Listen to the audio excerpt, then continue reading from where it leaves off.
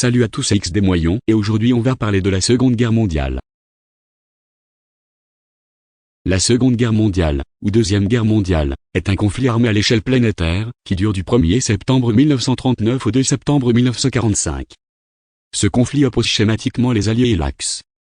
Provoqué par le règlement insatisfaisant de la Première Guerre mondiale et par les ambitions expansionnistes et hégémoniques des trois principales nations de l'Axe, le Troisième Reich, l'Italie fasciste et l'Empire du Japon, elle est favorisée par la convergence d'un ensemble de tensions et conflits régionaux, notamment en Afrique, en Espagne où la guerre civile commence le 18 juillet 1936, en Chine où la guerre contre le Japon débute le 7 juillet 1937, et en Europe centrale où l'Allemagne annexe autoritairement l'Autriche le 11 mars 1938 puis les territoires des Sudètes pris à la Tchécoslovaquie le 21 octobre 1938 et enfin, le 1er septembre 1939, elle agresse militairement la Pologne grâce à un accord passé avec l'URSS.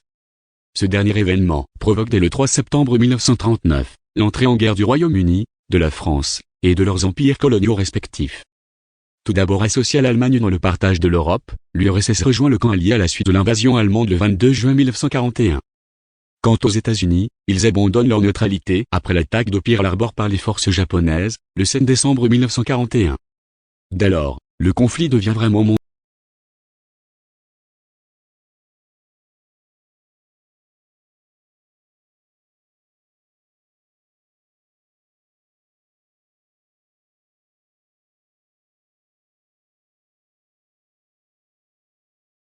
La Seconde Guerre mondiale, ou Deuxième Guerre mondiale, est un conflit armé à l'échelle planétaire, qui dure du 1er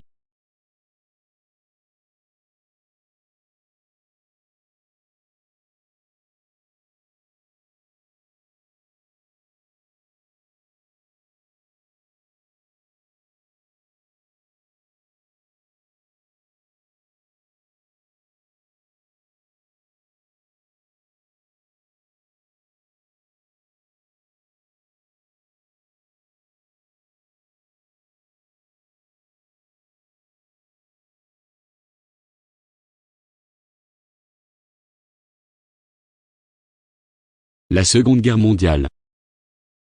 Dès lors, le conflit devient vraiment mondial, impliquant toutes les grandes puissances, et la majorité des nations du monde, sur la quasi-totalité des continents.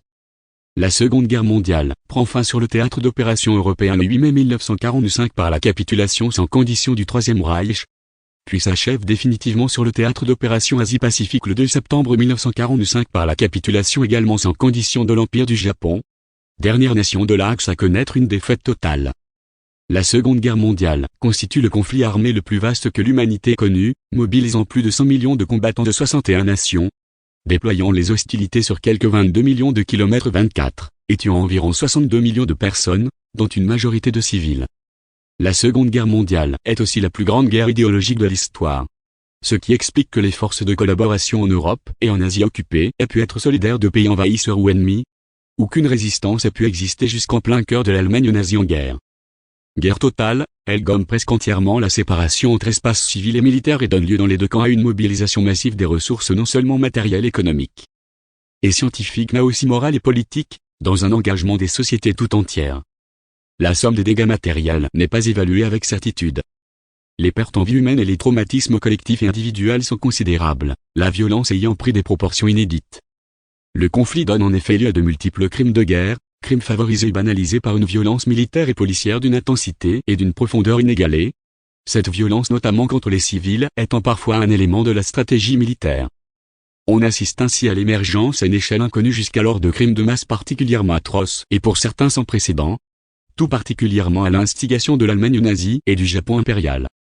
Parmi ces crimes figurent des massacres génocidaires allant jusqu'à une organisation industrielle s'appuyant sur la déportation aux camps de concentration, camps de travail et camps d'extermination, comportant des chambres à gaz à des fins d'extermination de populations entières ou de catégories particulières d'individus, communistes, homosexuels, handicapés, etc., particulièrement à l'instigation du régime nazi. L'ampleur des crimes des vaincus suscite la définition d'une incrimination nouvelle par les vainqueurs, le crime contre l'humanité, appliqué notamment au génocide des Juifs d'Europe. Le régime Showa n'est nullement en reste en Asie avec, à son actif, 10 millions de civils chinois enrôlés de force par la Kuei no Manchukuo, environ 200 000 femmes de réconfort enrôlées en Corée et dans tout l'Extrême-Orient, ainsi que l'annihilation systématique de populations civiles, principalement en Chine. Il faut ajouter à cela l'assassinat systématique de résistants et d'opposants politiques, ainsi que les représailles contre les civils, comme le firent par exemple les nazis. Les viols généralisés des femmes dans les territoires ennemis occupés, crimes perpétrés tant par un camp que par l'autre, et à une moindre échelle dans les territoires amis. Les expérimentations sur des êtres humains auxquelles se livrèrent des médecins nazis tels le SS Joseph Mengele et l'unité japonaise 731. Les bombardements aériens massifs de civils d'abord par l'axe en Europe et en Asie, Shanghai, Canton, Chongqing. Cette dernière étant la ville la plus bombardée du conflit sino-japonais, puis par les Alliés.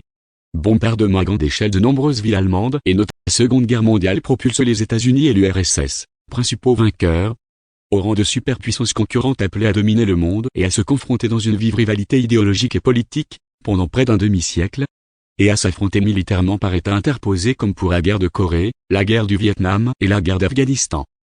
Elle scelle le déclin des vieilles puissances impériales d'Europe et ouvre le processus de décolonisation qui s'accélère dans l'après-guerre en Asie, dans le monde arabe et en Afrique, jusqu'aux années 1960.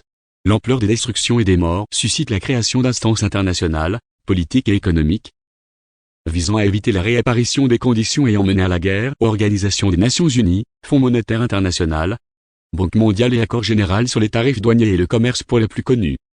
Enfin, ce dernier conflit d'ampleur sur le continent européen est suivi en Europe de l'Ouest par une période de prospérité sans précédent, dans la foulée de la reconstruction, et l'émergence progressive d'un projet d'unification politique pacifique porté en premier lieu par les deux adversaires historiques, l'Allemagne et la France.